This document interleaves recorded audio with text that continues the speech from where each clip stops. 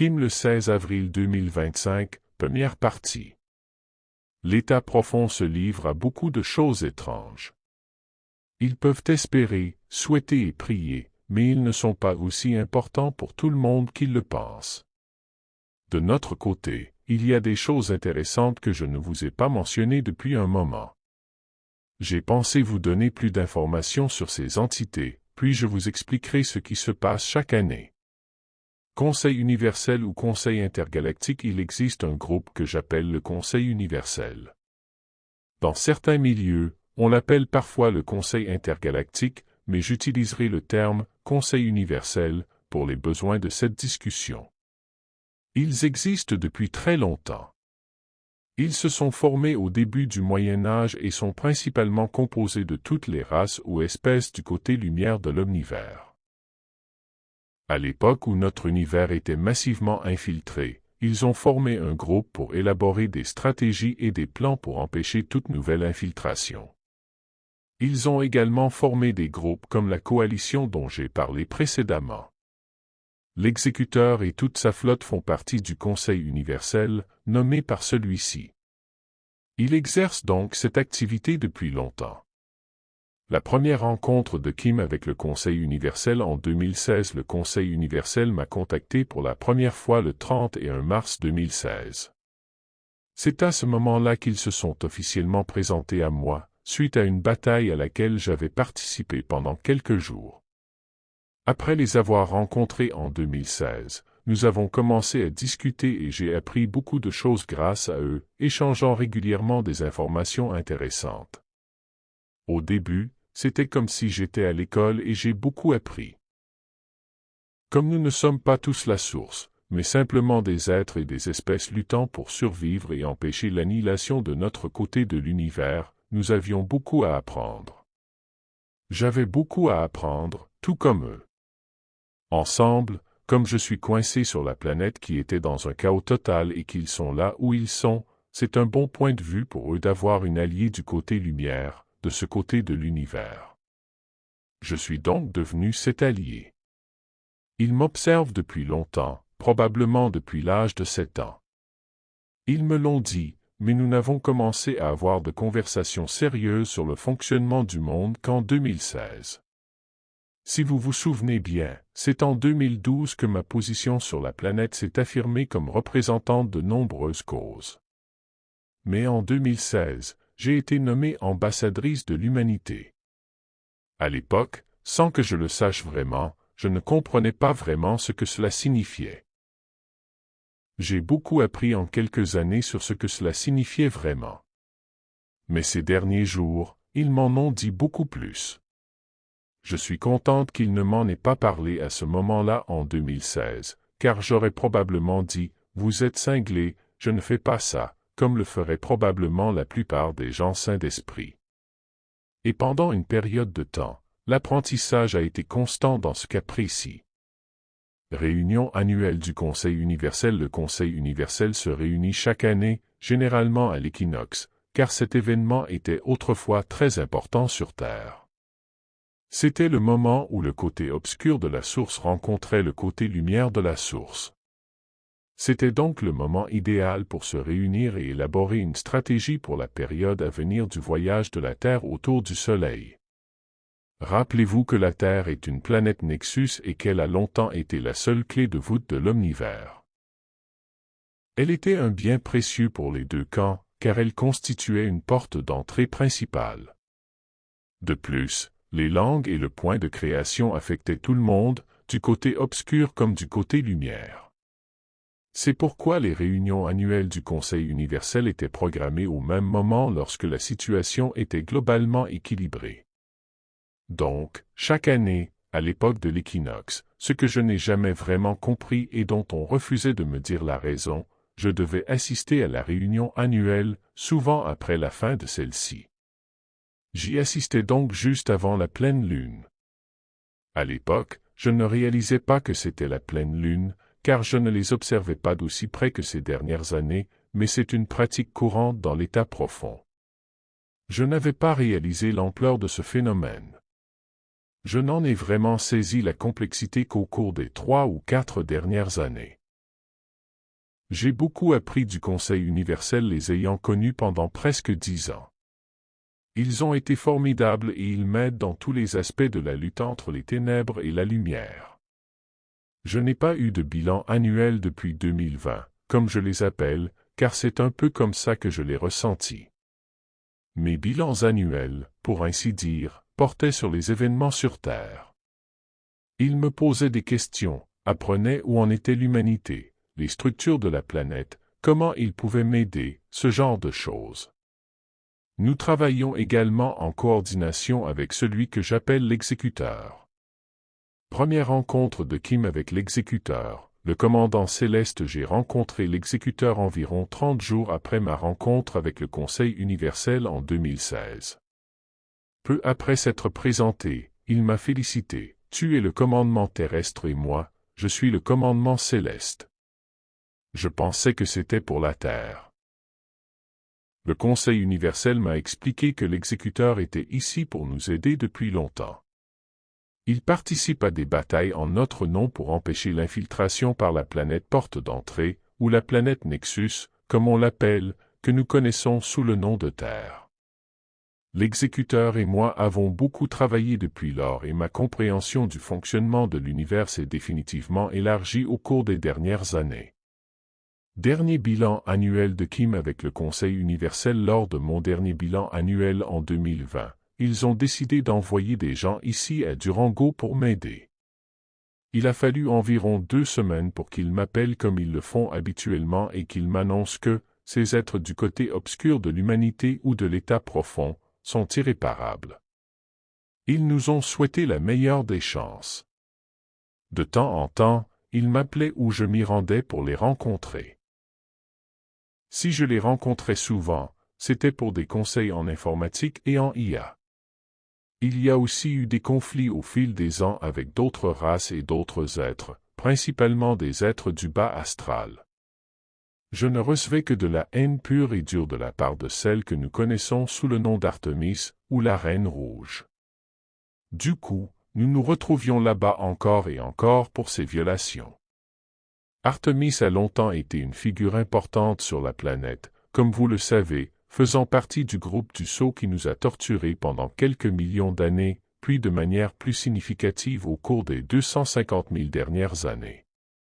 Elle n'était pas la seule, bien sûr, mais elle a indéniablement joué un rôle important dans ce qui se passe ici-bas et a même revendiqué la propriété de groupes d'humains appartenant à l'état profond, qu'elle appelait ses hommes.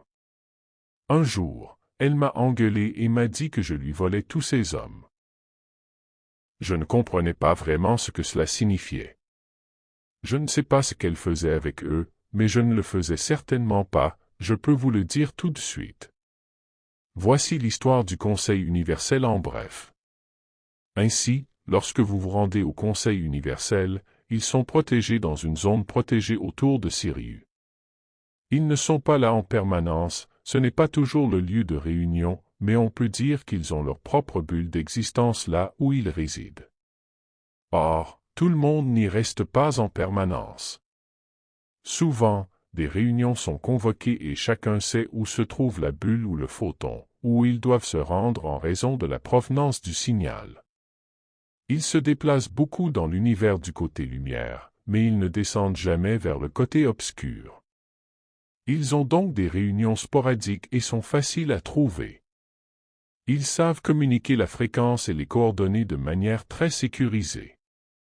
Donc, nous savons tous où aboutir. Cette année, la réunion annuelle avec le Conseil universel a été prolongée. Une information intéressante s'est produite cette année.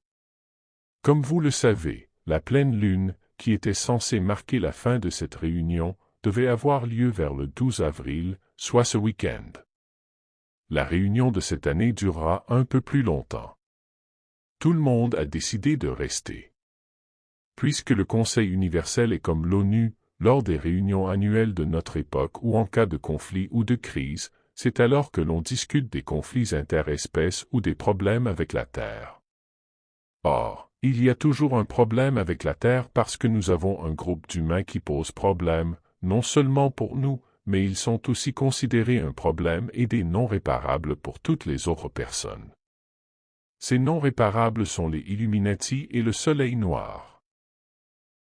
Ils sont plus problématiques que jamais, car ils n'ont plus de leadership de leur côté, je veux dire qu'ils n'ont pas de leadership doté de sagesse, voire de connaissance. Ces dernières années, l'État profond avait reçu très peu d'informations de la part d'êtres qui ne sont plus parmi nous maintenant, pour les manipuler et les utiliser comme des représentants des ténèbres sur la planète. Ils n'ont pas l'impression d'être utilisés. Ils se sentent privilégiés, car on leur promet constamment des choses pour obtenir ce qu'ils veulent. C'est souvent un comportement humain, mais cela ne fonctionne pas pour tous les humains, moi y compris. Cela ne fonctionne probablement pas beaucoup pour vous tous, mais faire miroiter des carottes fonctionne très bien pour l'État profond.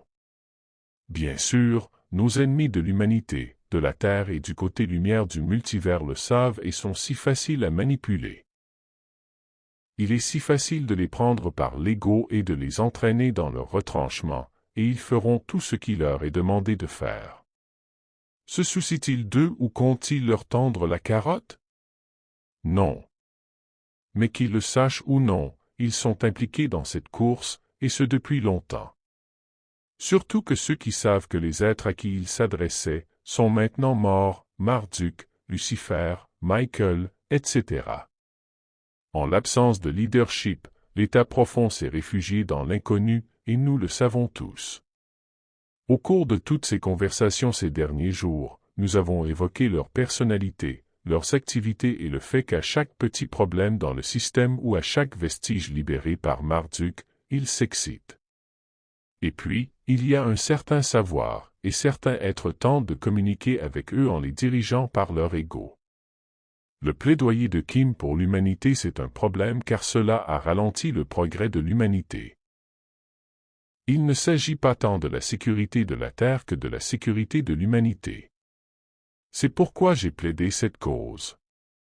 Si l'humanité veut changer et aider la planète et s'entraider, et puisque moi et mon équipe éliminons progressivement tous ces obstacles qui l'ont accablé de tant de manières, nous devons permettre à l'humanité d'utiliser librement la sagesse de la source pour le bien de tous. C'est exactement ainsi que je l'exprime. Nous vivons dans une société qui ne favorise pas ce type de croissance, mais nombreux sont les humains qui sont bienveillants, attentionnés et aimants et qui souhaitent changer les choses. Ils se soucient de la planète et souhaitent sa restauration. Ils apprennent et savent comment la Terre et les humains peuvent collaborer pour le bien commun et celui du multivers tout entier. Les humains apprennent tout de vous, l'État profond, grâce à ce que je vous raconte et à ce que d'autres personnes vous disent. Il y a certainement beaucoup de confusion concernant qui chacun est, et j'en ai déjà parlé.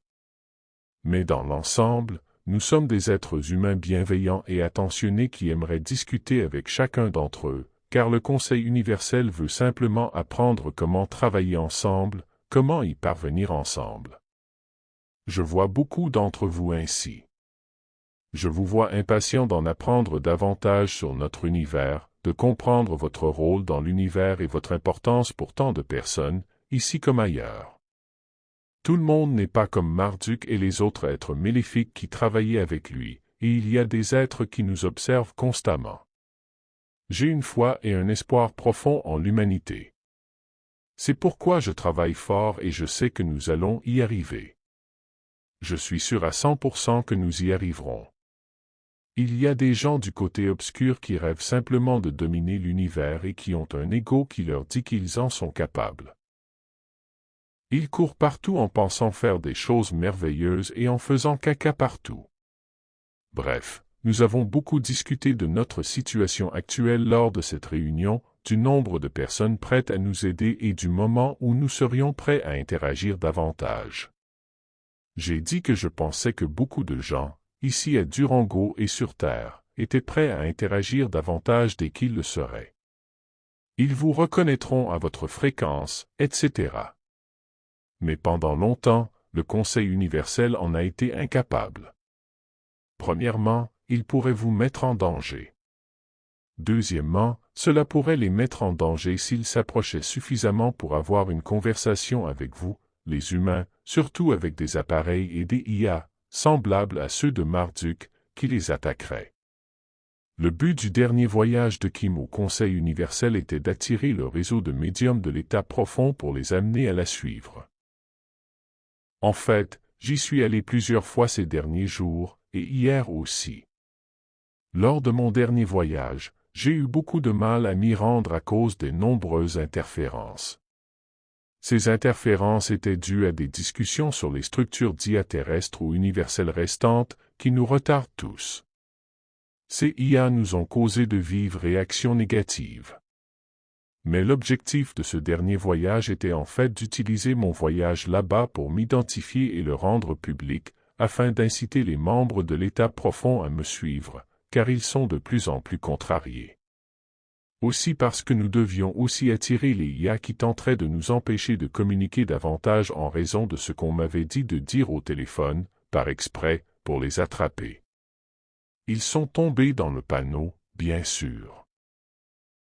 En savoir plus sur Marduk et sa présence aux réunions du Conseil universel, mais je voudrais approfondir certaines conversations qui avaient eu lieu, car je pense qu'il est essentiel de savoir d'où nous venons pour mieux comprendre où nous allons.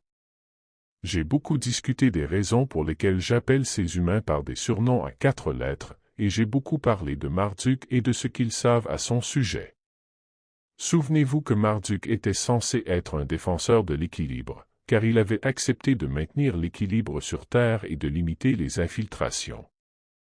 Il avait promis toutes ces belles choses au cours des derniers millions d'années, au gré des allées et venues des Dracos et des guerres auxquelles il a participé par intermittence. Les Dracos ont participé à de nombreuses guerres sur la planète, notamment celle d'il y a 250 000 ans, puis celle d'il y a environ 18 000 ans, lorsque nous avons perdu notre lune lors d'une autre bataille et qu'il y a eu violation. Marduk n'était pas l'être le plus honnête que le Conseil universel ait jamais rencontré. C'est choquant, n'est-ce pas? Certainement pas pour moi. Donc, il n'était pas le plus honnête, pas plus que ne l'était Enki et Enlil. Marduk assistait à ces réunions annuelles, souvent vers la fin. Il n'était pas considéré comme digne de confiance et recevait des ordres et des instructions en tant que représentant des deux camps. Il déformait souvent ses instructions à sa guise, car après ces réunions, la réunion suivante sur la planète se déroulait principalement entre lui, Enki et Enlil. Parfois, les autres membres du Sceau et les joueurs du jeu y participaient également, mais il s'agissait d'une réunion de la haute direction qui commençait à la nouvelle pleine lune qui suivait celle d'avril. Dans ce cas précis, fin avril ou début mai. Lors de ces réunions, ils discutaient de tout ce qui s'était passé au Conseil et élaboraient un plan pour l'année suivante. Disons simplement que Marduk avait peut-être pris certaines instructions du côté lumière et les avait mises de côté, tout en faisant le minimum pour maintenir la paix afin d'apaiser le Conseil, et cela a duré des milliers d'années. Cependant, le Conseil n'est pas aveugle et un grand changement s'est produit il y a environ 27 ans. Kim devient la représentante de la lumière sur Terre à l'âge de 25 ans. À cette époque, j'avais 25 ans, ce qui est une étape importante dans le développement du cerveau, car c'est à cet âge que le cerveau se forme pleinement et que nos prises de décision changent. Le changement, comme on me l'a expliqué, était lié au fait que je grandissais. Avant cela, à 8 ans, je n'avais évidemment aucun espoir de faire ce métier. À 25 ans, j'avais du mal à comprendre, mais cela a suffi à Marduk pour comprendre que, puisque j'avais 25 ans, il n'était techniquement plus le représentant de la lumière sur la planète. Pendant ce temps, Marduk, dans sa colère, avait continué à mettre en place des tonnes et des tonnes de choses pour que, lorsque j'atteindrais 40 ans et que je pourrais prendre ma place, je me retrouverais dans un monde de merde et que je passerais beaucoup de temps à m'en sortir pour créer cet équilibre, et c'est ce que j'ai fait. J'ai fait beaucoup de choses folles partout sur la planète. Je vous ai déjà parlé de tout ce que j'avais vécu et de ce que j'avais appris à partir de ce moment-là. J'ai reçu beaucoup plus de confirmations sur certaines choses que je ne peux pas verbaliser pour le moment, mais j'ai pensé qu'il était important d'en partager une partie.